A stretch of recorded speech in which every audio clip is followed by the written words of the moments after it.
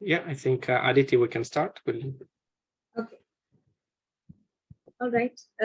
Welcome everybody to the second webinar and the panel discussion of travel and tourism marketplaces adopting the sustainability agenda.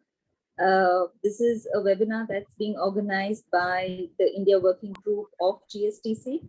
The India Working Group was formally launched last year in November 2021 to really augment the functions of GSTC decided on globally at the India level.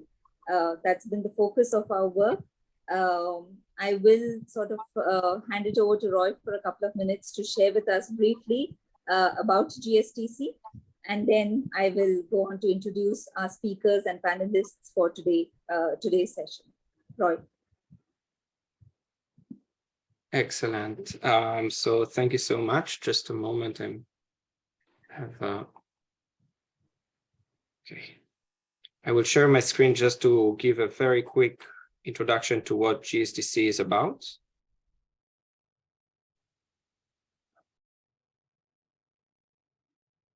Emmy, I need to be able to share my screen.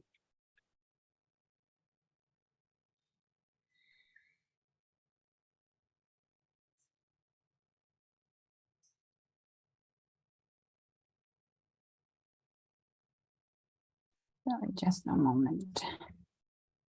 Excellent. Can you see it? Yes. Yes. Okay. You can see the full screen, right? Okay.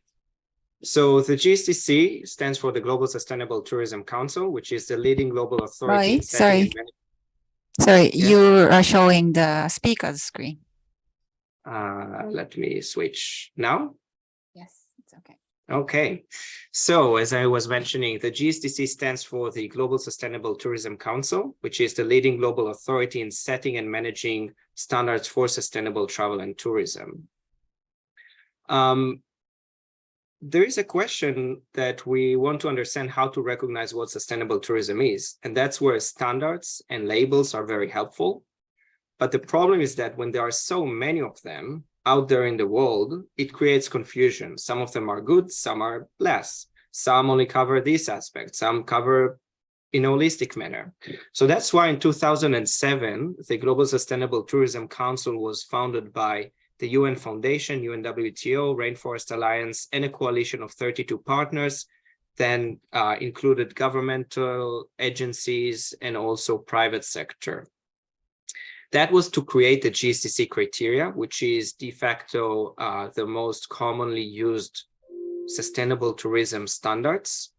And the process of developing the criteria was actually very long. It took about almost a year and a half, almost 2 years, that included tens of thousands of professionals analyzing many other criteria and standards that were in place during 2007 and 2008.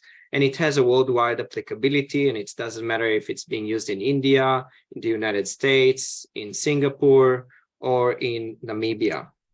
Once every few years, we review and revise the criteria, and there are currently 2 sets of GSTC criteria. One for the industry, which will be more relevant to our webinar today, mostly used by hotels and tour operators. The other one is for destinations, that is mostly used by local DMOs, national government, national agencies, and so forth. The GSTC criteria is divided into 4 pillars of sustainability management, socio-economical benefits, cultural heritage, and of course the environment, what is many times people associate with sustainability, but it's important to look at this holistic thing. And now it's known as these 4 pillars as crucial part of sustainability in travel and tourism. Just also to mention that next month we're going to hold an on-site conference. We're back to doing that. We're so happy after taking a break for 2.5 years during COVID time. We're going to meet in Korea in September 15 and 17. And if someone wants to learn more information, please let us know. We'll also put some information and a link to the conference in a chat. And you're welcome to follow us on social media and stay in touch. And I will now let Aditi, you can take on from here and let the other speakers present. Thank you so much.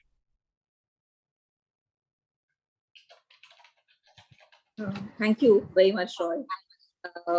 What I'd like to do now is to present to you the 4 speakers and the moderators for our panel today, and then hand it over to Ram, who's going to be our moderator for an open discussion with the speakers.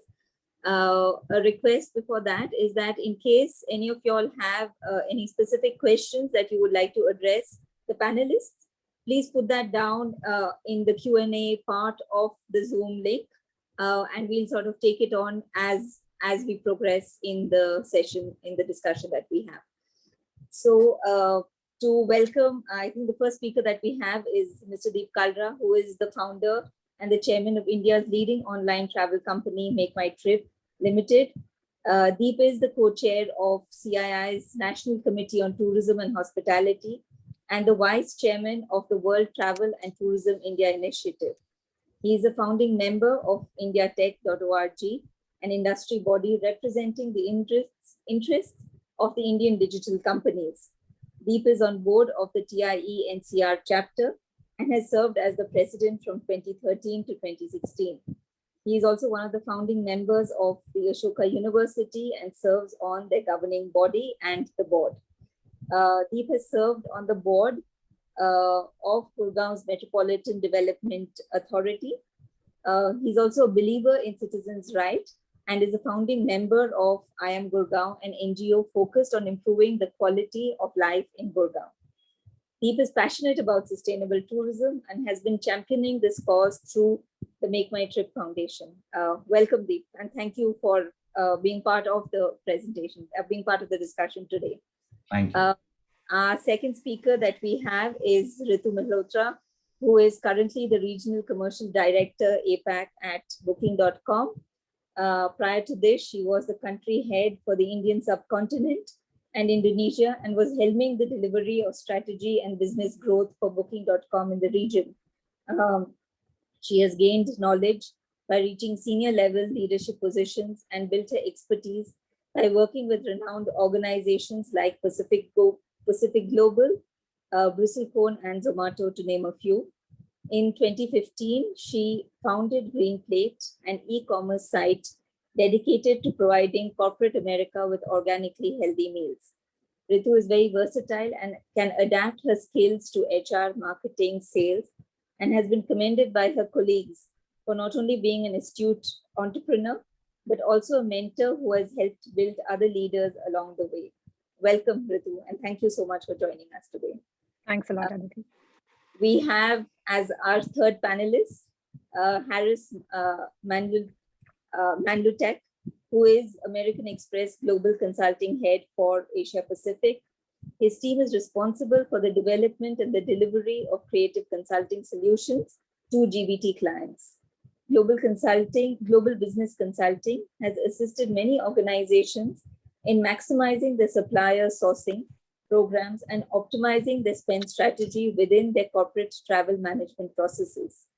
GBC has provided advisory to various organizations to ensure that they keep their travel programs abreast with evolving trends in the corporate travel landscape. Harris has over 15 years of diverse experience from various industries and over 10 years in the corporate travel with expertise in analytics, strategy, and consulting. Welcome, Harris. Thank you. Thanks, Aditi. Lastly, our moderator and a colleague of the India Working Group for today's discussion is CV Ramkumar, or Ram, as many of us know him. Ram is an author, speaker, trainer, consultant, entrepreneur, and now a farmer. Ram is passionate about sustainability and has over the years acquired application knowledge in sustainable living concepts. He developed a model for sustainable living when he built the first 100% eco resort called Our Native Village on the peripheries of Bangalore.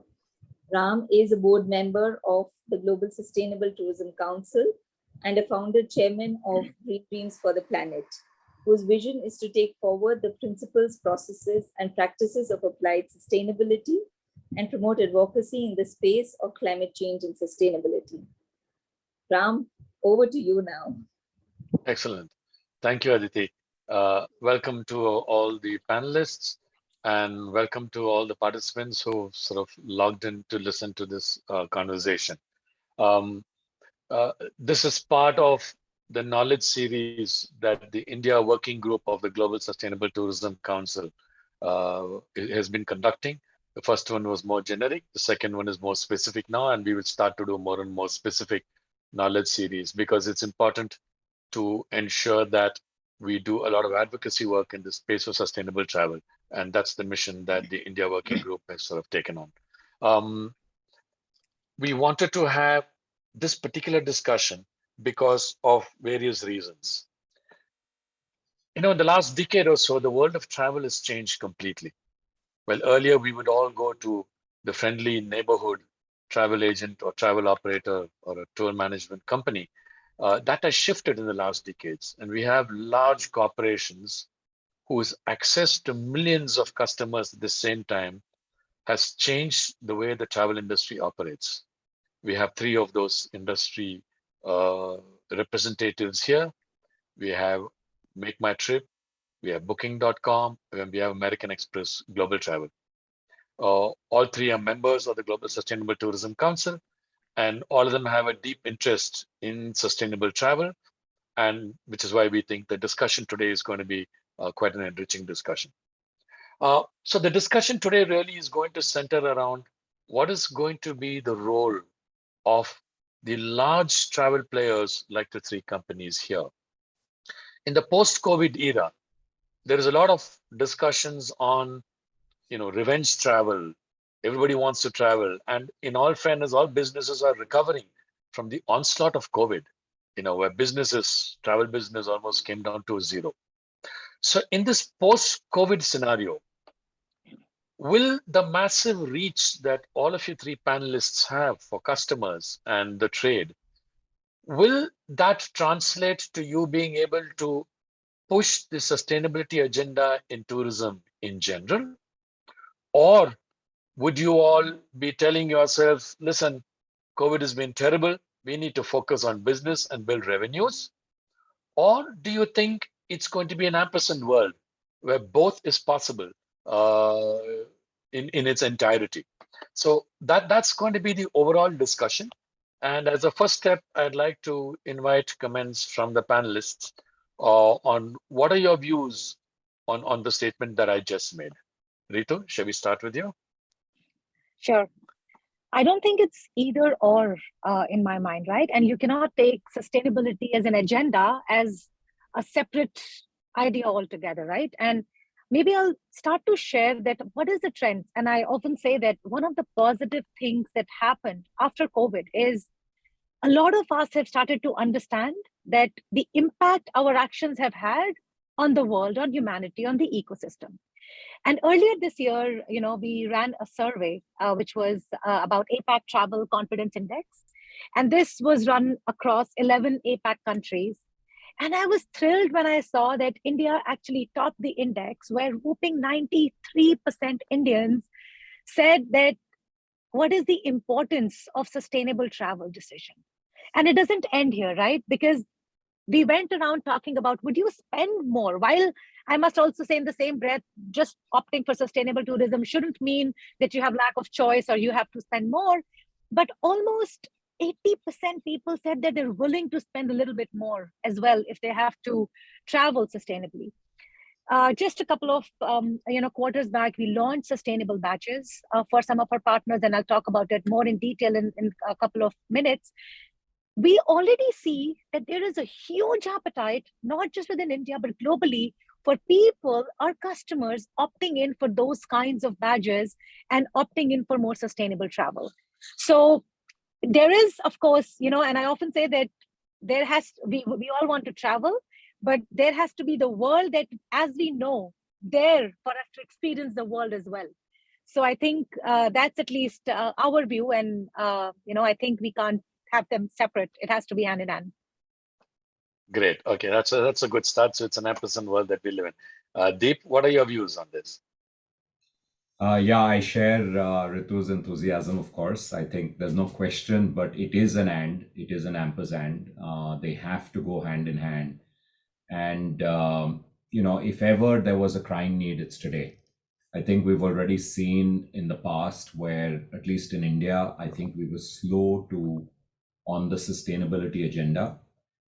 We are an emerging economy, travel was growing fast, and people were going about it like typically you would expect, which is business first.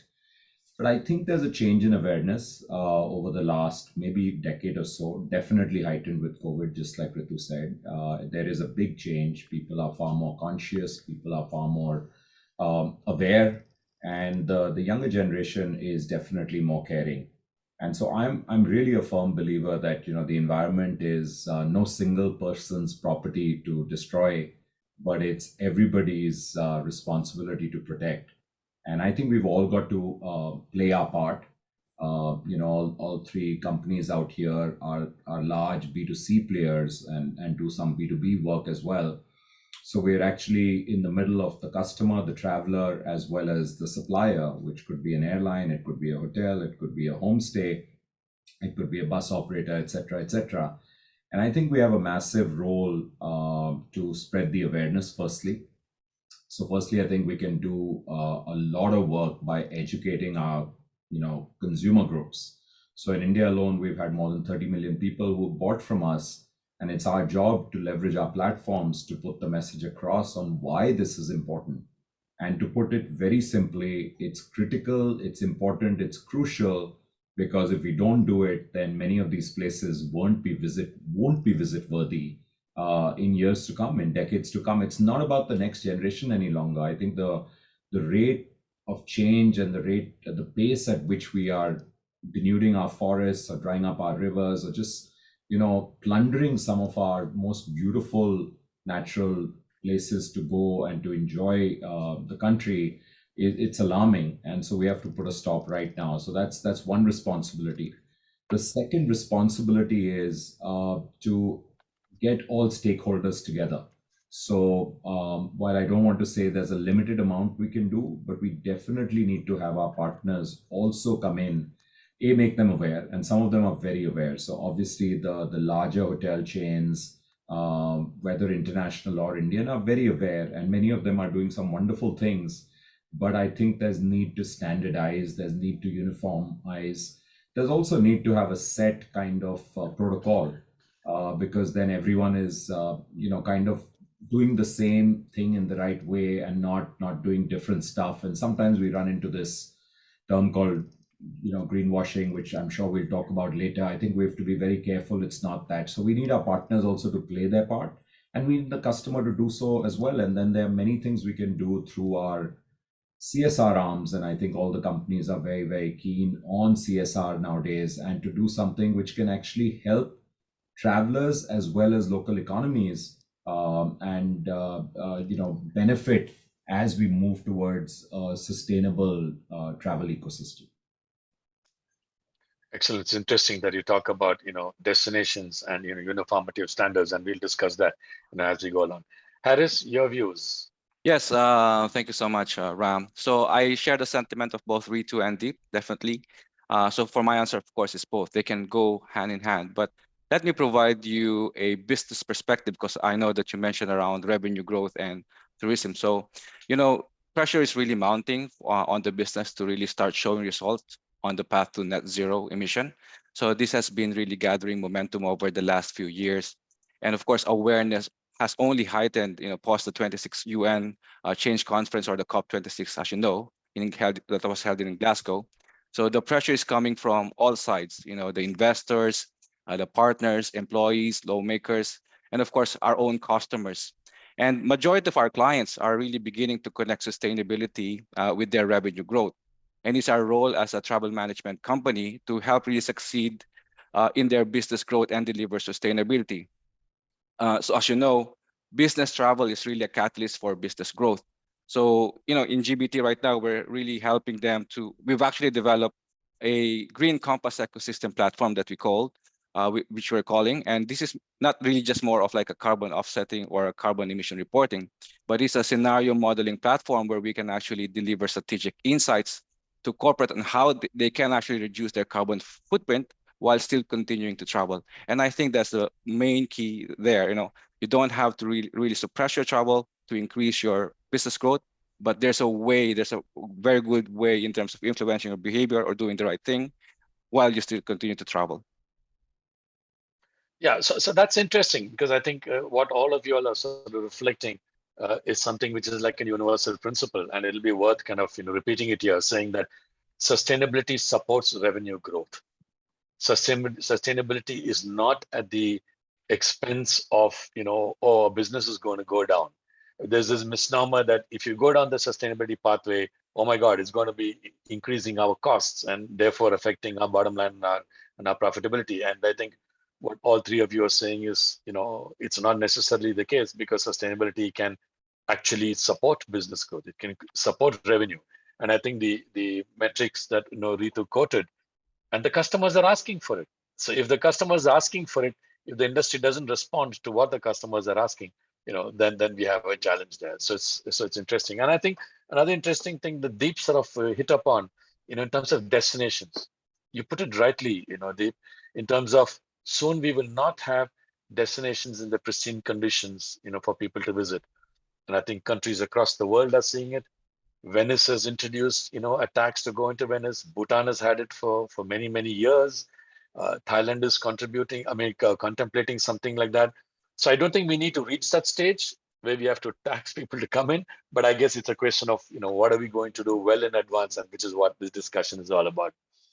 Now, another question I want to pose to all of three of you is, as individual corporations, and you all are large corporations, what are your long-term strategic plans to ensure that sustainability becomes, part and parcel of the long-term growth, not only of your own businesses, but also as part of the sustainability movement in tourism?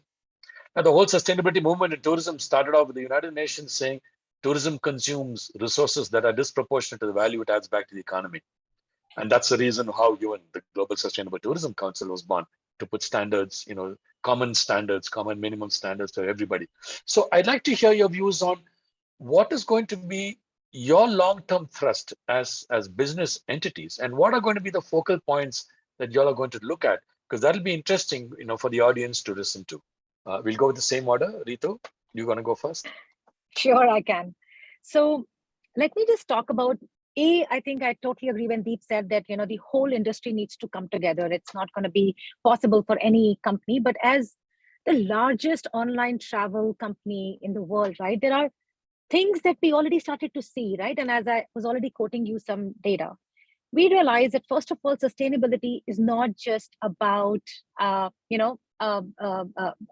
heat, etc. Right? So it is about waste. It is about energy and greenhouse gases. It's about water. It's about supporting local communities. It's about protecting nature, right? So we have launched a program, as I was talking about, which is called Travel Sustainable Badges. We have these badges across these 5 different verticals, as I mentioned. So just to give you an example, a water could be one-time use laundry, and a lot of our partners actually have these facilities that they do. So first of all, making it easier for our customers, our users, to be able to see these in a more simplistic way. That was the first way we wanted to get started onto this journey. The other piece is that, we run a program called Booking Booster Program, and I am thrilled beyond, enthusiasm is next level, because all 3 years, Indian companies have been in the top 3, right? And this is about either saving communities in the remote areas of Leh Ladakh, or electrifying villages, right? Supporting local communities. So we have already been in the forefront to be able to, capture that audience, and ensuring that companies who are doing good work, and these are, by the way, non-equity grants. We give this grant to companies to sort of, and help them, get them to our offices and work with them. The third piece is, which is, I think Deep rightly mentioned, is about how do we educate the wider ecosystem. That's where we launched our actually partner hub early this year, wherein we are asking our partners, we have launched these training programs, learning programs, where we could tie them up, and so that it's becomes simple, right? It's very easy for a large chain, I will not name any, but large chains to have this understanding. But what about if, let's say, a small, B&B, or a small, hotel partner who wants to go in this direction, but they do not have the resources, the capabilities to do that. So we're putting together handbooks, dedicated resources. Our teams actually reach out to them to be able to work with them. Over time, the idea is that we are able to build a complete community that works together, which is our partners, the ecosystem that we work with, government, to come together and sort of work in this direction and making it simple for customers and partners to understand. Because I believe that even today, when you talk to a person and they will feel that if it is about sustainable travel, it could either cost you more or you may not have the right amount of choice. And that's the kind of myth we want to break as well while we're working on these. And I already rattled some numbers early on, which is staggering by any stretch of imagination. Wow. Okay, that's sort of great to hear. So very clearly, your long-term strategic focus is to encourage and to ensure that you continue to build awareness and do these education programs. Excellent. Thank you. Thank you for that, Deep. You're on mute, Deep. I'm so sorry. I think our journey in the sustainable world started around 2009.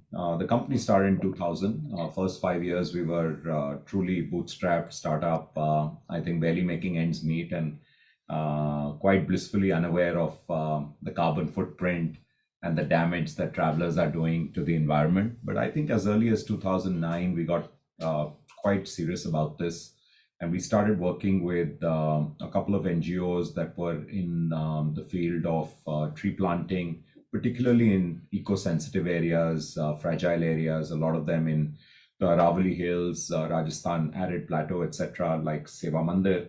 And what we started off by doing was offering our customers the choice that if they want to partially or fully offset their carbon footprint when they bought something as simple as an air ticket.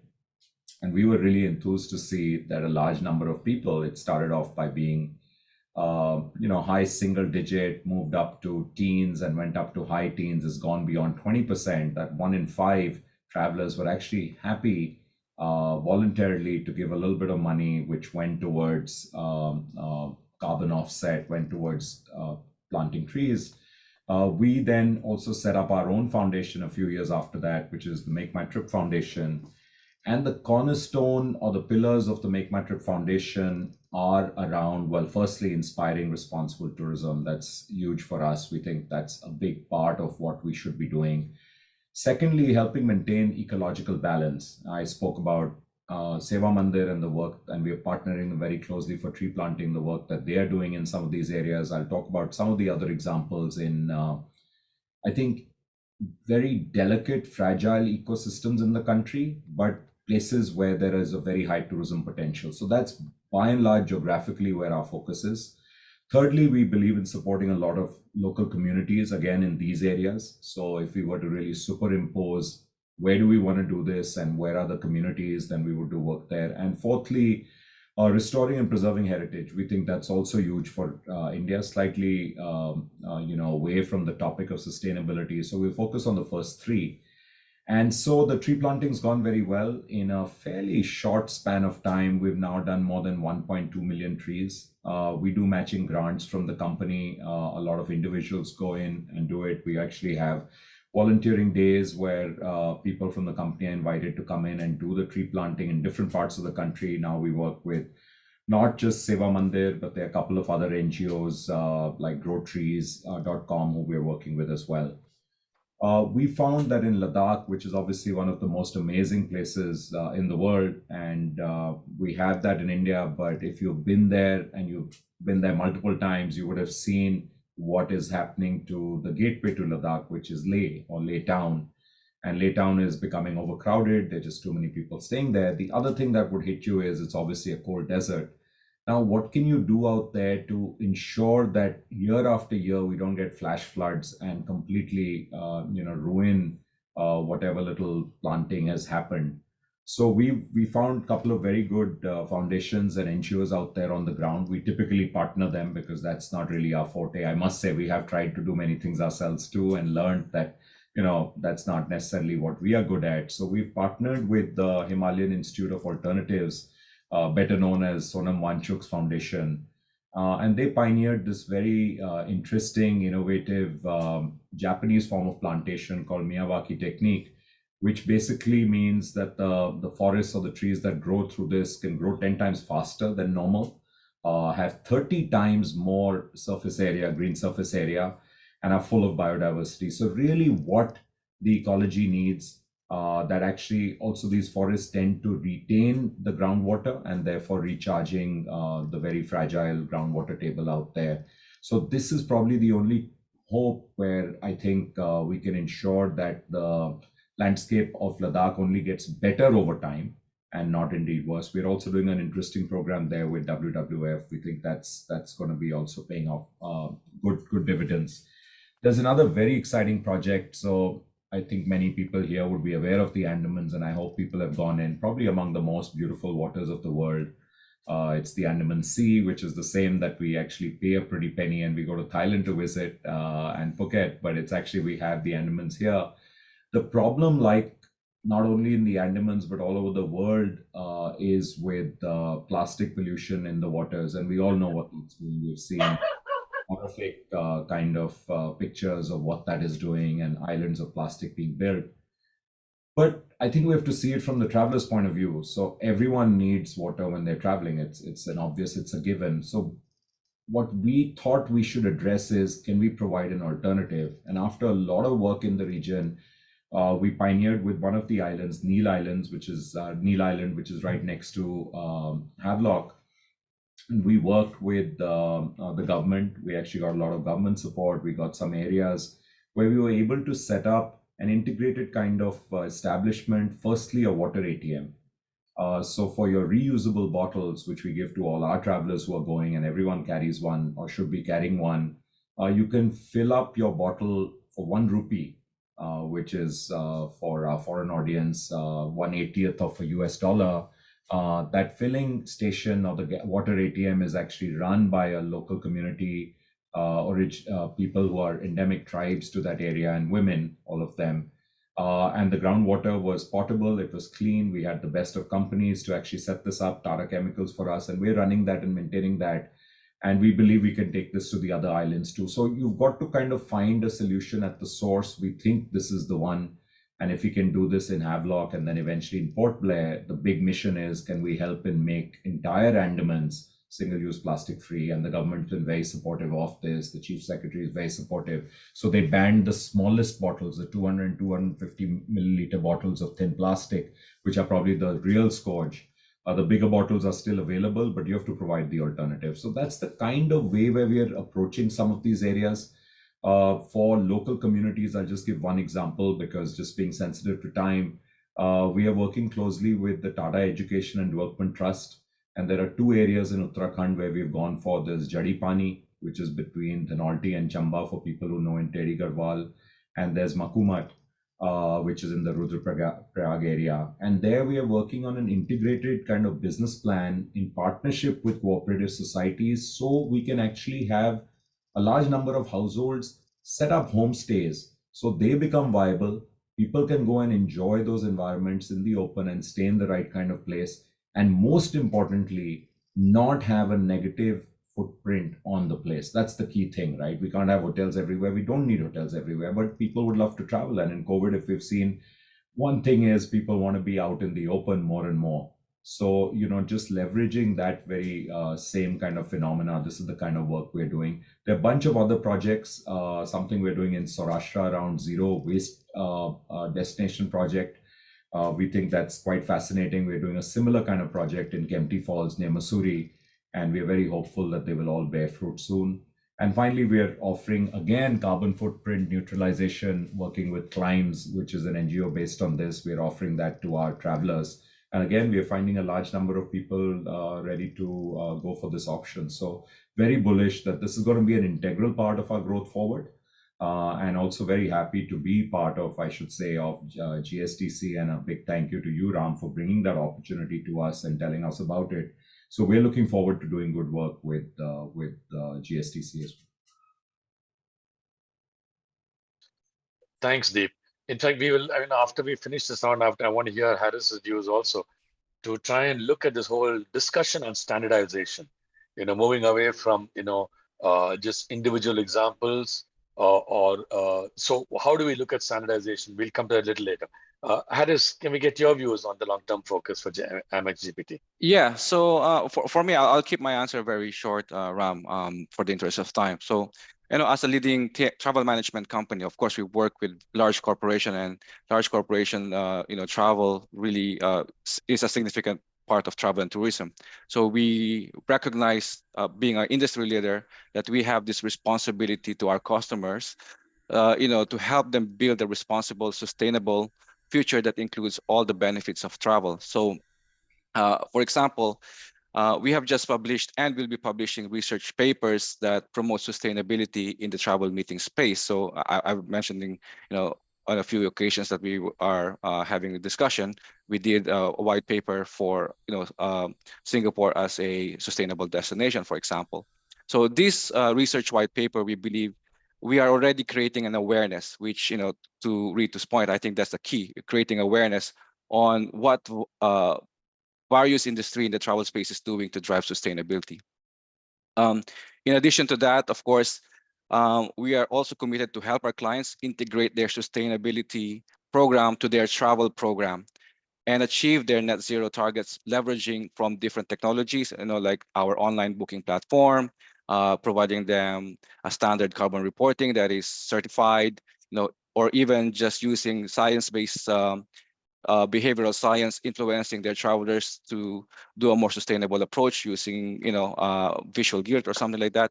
Or even, on myself as part of the global business consulting, we are providing advisory services, for example, in procuring or preferencing a more sustainable travel suppliers that our companies are working with. So I think on those kind of situations, we're helping promoting sustainability to our clients that are probably make a significant part of the travel and tourism industry as well.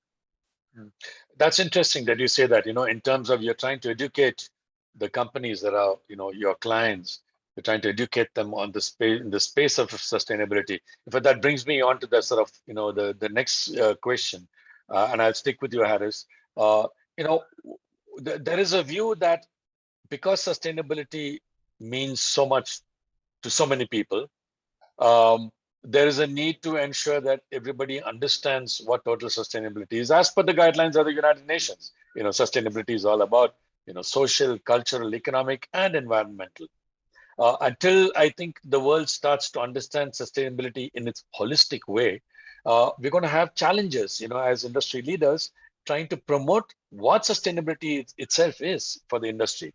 So as Amex GPT, Harris, could you tell us what are the kind of training programs, that you've done in the past, which you're planning for the future, to get the companies, your clients, to understand truly what sustainability is all about? You have some initiatives you've done in the past, and can you sort of talk a little about that? And I'll get Ritu and Deep's view also on that. Yes, thanks so much, Ram. So I can speak on behalf of our company of what we're doing right now. So I'm as I mentioned earlier, our company MXGBT are really committed to net zero carbon by 2050, and we have achieved carbon neutrality already on business travel for our employee already. We'll also trying to be neutral on operational emissions by 2025. All of this, we really follow the Science-Based Target Initiative, or the SBTI methodology, to really establish emission reduction goals for our global operations and supply chain over the next 2 years. So MXGBT target, at least in our office, of recycling and elimination of single-use plastic for 100% of our offices globally by 2025. So in a more softer approach, of course, in relation to social sustainability like diversity, equity, and inclusion, right, or equality and inclusion, we are actually actively promoting and supporting these various groups and communities. So allowing our talents to really flourish and be comfortable at their workplaces. So even on our internal presentation or something like that, we normally promote different cultures and then educate and showcasing, demonstrate how the other cultures differ from the others, what are the similarities and everything. So we have this kind of like fun environment where we share different views, at least within our company. Great. And do you translate all this, or do you take all these messaging across to your customers also? Because a lot of your clients who are large corporations who travel with you, they're just focused on traveling somewhere and doing a conference or whatever. How much, and I can't imagine that they are really bothered about sustainability. So are there things that you all are doing in terms of actual training for your customers so that they also understand what we mean when we talk about sustainability? Yes, definitely. So most of the, well, actually, it's more of like an evaluation exercise and everything. So we provide them the best practices that what other customers are doing and whatever our company is doing as well, so that they can actually apply it. And some, to be honest, some of our clients are still not there. To Ritu's point earlier, this is kind of like a bullish, trending topic within the company, and there's still, lack of expertise, and education is the key. So whatever we do in our own companies as well, we kind of like partake that to our, our clients, and hopefully they'll be able to adopt what we're doing, because I think we're very, very proud of that. And most, particularly global organizations, are looking for sustainable partners. And for you to be sustainable partners, you have to apply all of this principle, by doing the right business with your clients and partners. Yeah, in your own company, you need to be sustainable. Otherwise, how can you Yes, profess exactly. sustainability to others? Is what you're saying. Yeah, awesome. Ritu, I'm going to come to you now. In terms of, have you all put together, or do you all already doing, training programs again for your partners? For the hotels within in your stable, the tour operators who work with you, the experienced deliverers. Do you have like a training program you're doing so that they also understand, what sustainability is all about? Do you have those running as we speak? You're nodding vigorously, Yes. so I'm assuming that you Yes. have something going. Tell us about it. we already do, Ram. And as I was talking about it early on, right? We have to, as large players, we have to decode this, right? It is about scale, because if something we are doing in like small region, small area, it is not going to have the impact that companies like us can actually have, right? So first is, how do you decode it? And let me maybe just say that even when you talk about saving water, we know that our partners do things like water efficient toilets. Do you have a facility to opt out of room cleaning or reusable towels? Or when we talk about energy and greenhouse gases, most people have these double glazed windows, right? Partners I'm talking about. Do you have motion controlled electricity, right?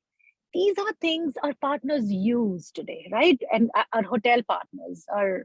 So can we first decode this and encourage them to talk about this, come out of their comfort zone, so that they know that when they talk about it, and we are already seeing, right? So we also look at that, what is our revenue that is coming from partners who are displaying these kinds of badges on our front end. And we are seeing a huge correlation that when people are saying that they do want to travel sustainably, they're also opting out for these kinds of options. And that's why, when you started off, Ram, right, you said that for our partners, it's also very important for them to start making revenues, especially in post-COVID time. So as long as you can make a very easy link that, hey, things that you do, there are things that are easily reachable for you, and how can you get there? I think that's where rubber kind of meets the road if you have to do anything at scale. And of course, we have thousands of partners on our platform. So if they join force with us in this mission, then of course you can have a multi, the results are going to be much bigger and better if you join forces. So as I mentioned, right, we have our extranet, which already has courses. Our local teams go and they talk to our partners that how can they obtain these badges, as I was talking to you. And by the way, all of these 30 badges are approved by Gstc, so it's very exciting for us. So, and you have been at the forefront of driving this agenda, Ram, right? So that's where we are at, and that's how we are sort of coaching, training our partners so that we can enable the ecosystem and ensure we are together in this journey. Oh, that's awesome. And like you rightly said, because you have access to those thousands, of partners. And I'm glad to hear that you actually have structured training programs for your partners based on the GSCC criteria, which is when you bring everybody onto the same page. In fact, Deep, one thing you mentioned earlier, was, you used the term greenwashing. What Ritu was just talking about, partners already know they should change their bulbs to CFL bulbs, tell guests, don't have to, reuse they can reuse the towels twice, thrice, like they do at home. But there's a lot of, discussion on some partners just do a minimum, change their bulbs, put notes in the bathroom saying, use the water carefully, and they enter into awards and get all these awards, and they feel that they've arrived. Now, the discussion now it's moving beyond just name and fame and peer group approval, and is going to a structured manner in which people understand what sustainability is. It is more than anything that we can talk about briefly during this webinar. It is more than that. It is social, it is environmental, it is cultural. People travel for cultural experiences, it's economic. So from an MMT perspective, are you all planning any partner engagements where there are going to be structured sort of training programs just to ensure that the understanding is sort of holistic and complete from your partner perspective? Are you all planning anything like that, or do you have any programs running? Yeah, so Ram, I think it's very relevant, right? Because the last thing you want is people tick a couple of boxes, very superficial stuff, which becomes an eyewash kind of situation or a greenwash, whatever you want to call it. And people just sit back and say, we're done, because that then would, hurt the industry, hurt the environment in just many, many ways. Because then you'll say everyone's done it. Everyone would own up, stand up and put up their hand and say, we're done, but you're actually not done. Yes. So I think that is where we need the help also of experts. I think GSTC has a very, very clear role to play out there. There are other bodies too. We have in the past, actually we had a dashboard which actually for our accommodation partners would actually give a green score and a rating score. We ran it for a while. It was a pilot. We did it on beta. We ran into some kind of issues there. I think the big learning for us, frankly, was that needs to come from a third party. We are not the experts there. There's a neutral third party. There are many, many, norms and criteria which are out there. What's most relevant to a hotel in a beach destination could be quite different to a homestay up in the hills, to a bustling, large, single box, big box hotel in a city. So there are different things. There are different things you can do, and some are the obvious. So some are table stakes. You just have to do the bit about, glass bottles. Now the large hotels can have a bottling plant right in their premises, which is what they're doing. But I'm shocked to see that there are still many large hotels, high-end 5-star chains, still using plastic. And the obvious answer is that it's always very difficult to transport, etc. Of course it is, but then what's the alternative? I noticed, and I'd like to give the example of other developing countries who are doing a good job out here. I think Thailand is one of them, and a very good parallel for us. Thailand's very bothered about the environment. Tourism is super important for them, etc. And you will find glass bottles and rebottled and sealed almost everywhere, and everyone's drinking that. That's really important. And, this is a country where even on a roadside little cafe or a restaurant, like literally roadside, it's almost a crime, I believe, to serve unclean water. So it has to be filtered water. And so it can be done, I think, smartly. I saw in South America firsthand how in a country like Brazil, there were no plastic bottles, there were cans. Now that's very interesting, obviously more expensive, but much easier to transport than glass bottle, and no breakage and 100% recyclable. So maybe we have to think of the right solution for India as a country based on what resources we have. That kind of deep thought has to go in, not just for water, but also for energy, also, what kind of energy. There's a lot of renewable energy going on right now, but what's the right one for you? Today, we have the capability of putting a lot of excess energy. Let's say your solar energy on your own, you have solar panels, you can put it back on the grid. You couldn't do that 5 years ago, and thus making it far more viable. So I think there's a lot which is happening in the world and in different parts. We've got to, I think, help connect the dots, and we're very happy to play that role. I just don't think we necessarily have all the credentials, the skill sets to do it. And I'm looking forward to seeing how the partnership with you guys can actually help, and we can take forward that word. We'll obviously play our part and more, but it has to be the right solution which is recommended, because the same solution which is working in a Western developed economy will not be the one that will work in India. It'll be quite different. So what do we need to do out here? And because India is so vast and big and has just so many distinct kind of ecological areas, we have to have the right one for everyone. So yeah, I think it's an area which we definitely need to learn more and do a lot of work. Okay, great. I think that's interesting. You're right. One size doesn't fit all, and that's why. I'm proud to say, because I've been associated with GSTC almost from its inception. The criteria that was developed, and I think Ritu will sort of stand testimony that it's sort of universally applicable, irrespective of where you are in the world, which country you are. But of course, like you rightly said, it all needs to be decoded a bit, and of course, I'm hoping that companies like yourselves, Booking.com, Amex Business Travel, because like I said right in the beginning, you have a large catchment of people. Your ability to be able to influence this entire ecosystem is huge, and we are truly hoping that'll it'll pan out that way, and we will start the process of ensuring that everybody understands what sustainability is as we sort of go along. We have another 5 minutes left. Yes, go ahead, Ritu. No. Sorry. Just to sort of flag off that there have been a few question and answers that have come in, and yeah. can also get the panelists to respond to some of them. Yeah. I'm sort of going through the questions. One of the first questions which came through is, essential part of how will you proliferate the thought? Okay, one of the questions is, the first question is, how will we proliferate the thoughts of sustainability to stakeholders? That is a question which has come up. That's what we've been discussing, I think, at length, and I think we've answered most of it. Booking.com has structured training programs. Amex Business Travel is doing it for their individual companies because they follow it themselves.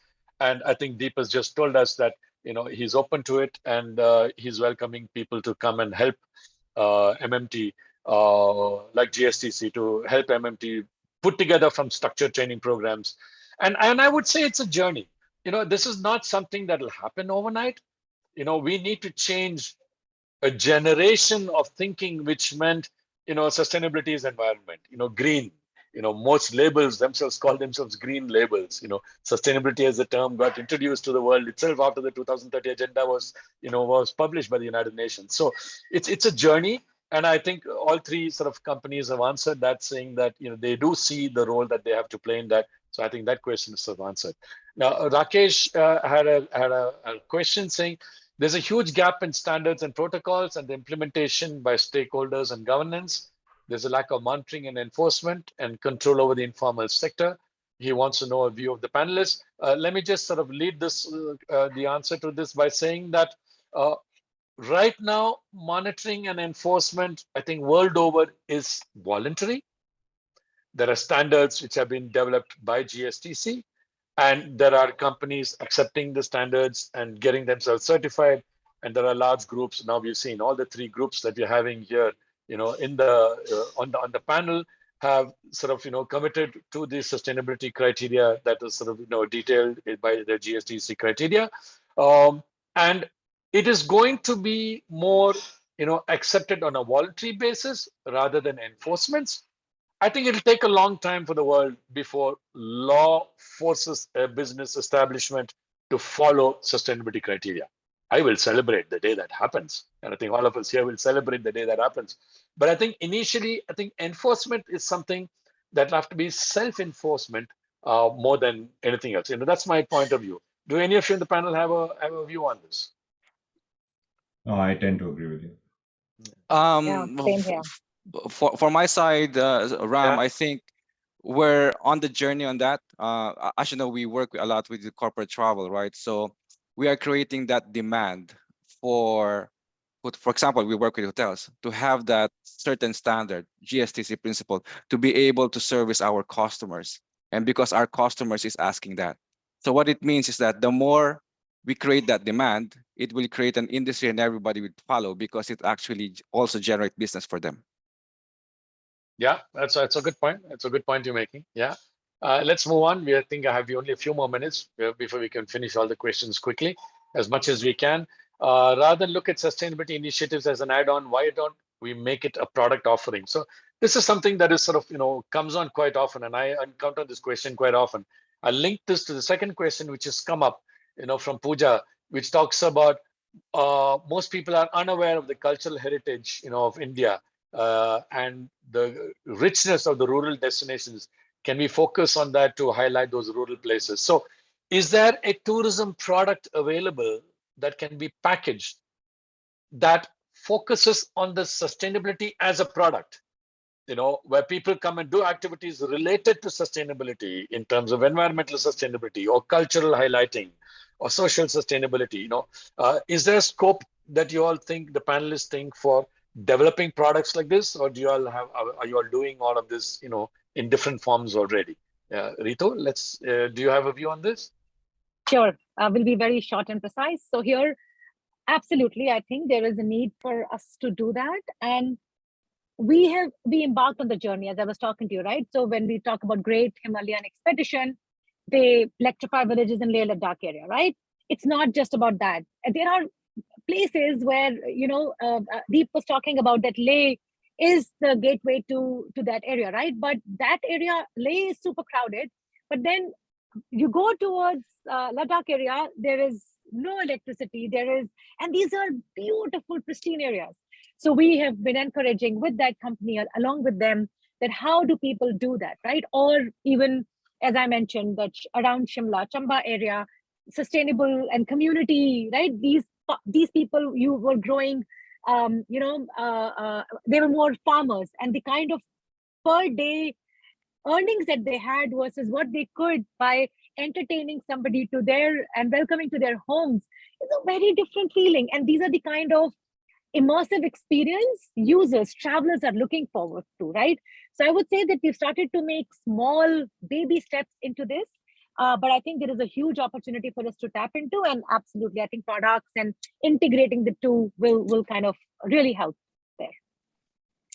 Yeah. And I think Makemytrip also, you all have created some products linked to sustainability. Am I right? Yeah, I think I already spoke about quite a few. Yeah, you already spoke about it. Yeah. So I don't want to kind of repeat myself. Okay, no, fair enough.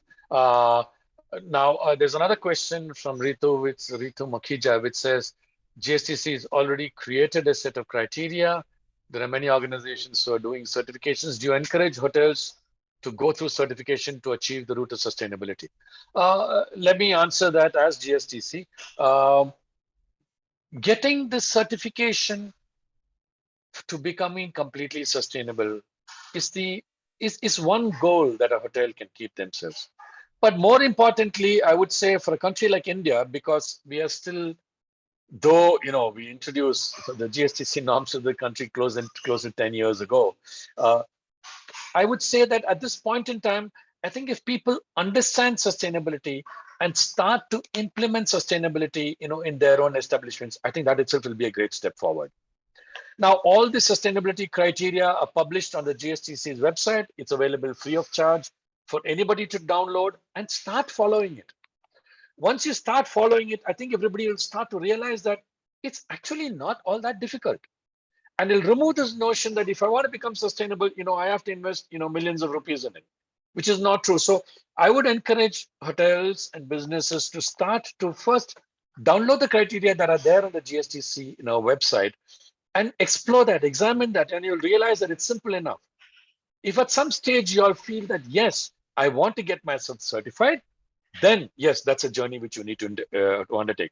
And I'm predicting that no need to predict. I think already Booking.com has sort of, has set themselves targets on promoting people who are certified specifically as we go along. I think over the next 5 years, 10 years, I think Booking.com has set itself targets that they will give a special space on the booking platforms for people who are certified. Now, certification in itself is important only so that we come to a common understanding and a common acceptance of sustainability. Like Deep had mentioned some time ago, people, we don't want everybody and anybody to do a little bit of this, little bit of that, get an award and say, oh my God, I'm certified now. It is not that. It is a common, acceptable, third-party verified certification that is more important than anything else. So will I encourage hotels to get certified? Most certainly, because it's going to be better for your business. I think both, Deep and Ritu have specified how it's going to be very good for your business. Most certainly, yes. But at least start the journey towards sustainability is what I would encourage all the hotels. I think we are out of time now. Are there any closing comments from any of the panelists? Otherwise, I think Aditi is sort of nodding to me, saying, "Ram, we run out of time. Get on with it." Any other general comments any of you panelists want to make? No? Okay, No, I think it's great to be here on the panel and see you, everyone. Yes, thank you so much. Thank you, Harris, Deep, Ritu, Ram, all of y'all, and all the people who joined in on our webinar today. Thank you very much for joining us. All right, have a good day. Thank you, everyone. Bye. Thank you. Have a nice day. Bye-bye. Thank you. Bye-bye. Thank you all. Bye-bye for now. Bye-bye.